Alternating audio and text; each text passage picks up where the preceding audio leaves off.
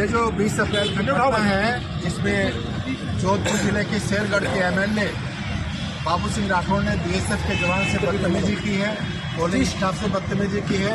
जैसे बदतमीज एमएलए को तुरंत गिरफ्तार किया जाए और उनके खिलाफ सख्त से सख्त कार्रवाई की जाए। जो है ये पारामिलिट्री महापंचायत एडिशनल डीजी HR सिंह और सुरेश कुमार IG के नेतृत्व में कन्नौर में इकट्ठी हुई और जो एमएलए शेरगढ़ सत्ता पक्ष का एमएलए जिसने हमारे बीएसएफ जवान की इज्जत को तार तार किया, उसने जो ने बेइंतजामी की, शेरगढ़ एमएलए बाबू सिंह राठौड़, उसका ये पारामिलिट्री महापंचायत घोर विरोध करती है,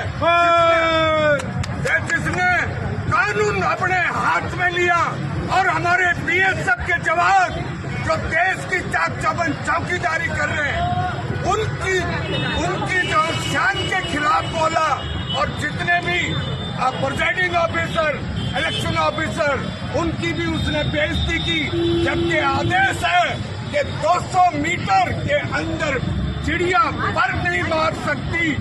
एडिशनल डीजी साहब आप बताएं और इसका घोर विरोध किस हिसाब से करते? थोड़ा नजदीक आ जाओ। हाँ, जो ये जो 20 अप्रैल की घटना है, जिसमें जोधपुर जिले के शेरगढ़ के एमएलए बाबू सिंह राठौड़ ने बीएसएफ के जवान से बदतमीजी की है, पोलिंग स्टाफ से बदतमीजी की है, हम उस घटना को कंडेम करते हैं। राजस्थान सरकार, राजस्थान के डीजी से और केंद्र सरकार से, इलेक्शन कमीशन से हम ये निवेदन करते हैं कि ऐसे बदतमीज एमएलए को तुरंत गिरफ्तार किया जाए और उनके खिलाफ सख्त से सख्त कार्रवाई की जाए। जय हिंद, जय पारामिलिट्री। भारत माता की जय, भारत माता की जय। तो मैं मतदान क्षेत्र में गया और जाते ही मैंने जब मुख्य गेट पे गया तो वही सुरक्षाकर्मी मुझे मिले और मुझसे भी पूछा गया कि आपका प्रमाण पत्र दीजिए। तो मैंने मेरे विधायक का पहचान पत्र दिया तो उन्होंने माना नहीं कि आप अपना आधार कार्ड बताओ। तो मैंने कहा आधार कार्ड मेरे पास नहीं है, ये मेरे विधानसभा का जो पहचान पत्र है वही मेरे पास है। तो इस प्रकार से वो बढ़ गए कि नहीं आप नहीं अंदर जा सकते। तो मुझे भी रोका, मैंने कहा भाई मैं जा सकता हूँ। और मैंने उनको थोड़ी नाराज़गी व्यक्त करते हुए कहा कि आप मेरे परिवार की महिलाएँ हैं, मेरे मतदान क्षेत्र की महिलाएँ हैं, इनकी आप घूंघट उठा रहे हैं, आपको आइडेंटिफिकेशन देखने का, पहचान करने का अधिकार नहीं है, वो पीठासीन अधिकारी तय करेगा। लेकिन उन्होंने कहा नहीं, ये काम नहीं हो सकता, आप भी वापस आइए। तो मैंने कहा मेरे को वोट देने दीजिए। थोड़ी बहस हुई और बहस होते ही उन्होंने मेरे सामने बंदूक तान दी और बंदूक तानी तो मैंने थोड़ी नाराज़गी जताई। बस इतना सा वाक़या था, इससे ज़्यादा कुछ नहीं था। और इसको जो सोशल मीडिया पर चल रहा है, मैं ये चाहता हूँ कि जो वाक़या वहाँ पर हुआ है, अगर किसी को भी इस वाक़ये से ठेस पहुँची है तो मैं क्षमा प्रार्थी हूँ और क्षमा मांगता हूँ, माफ़ी मांगता हूँ कि मेरी कोई ऐसी सोच नहीं थी। मैंने तो मेरी सिर्फ नाराज़गी जताई थी कि हमारे महिलाओं के साथ इस प्रकार से अभद्र व्यवहार क्यों कर रहे हो।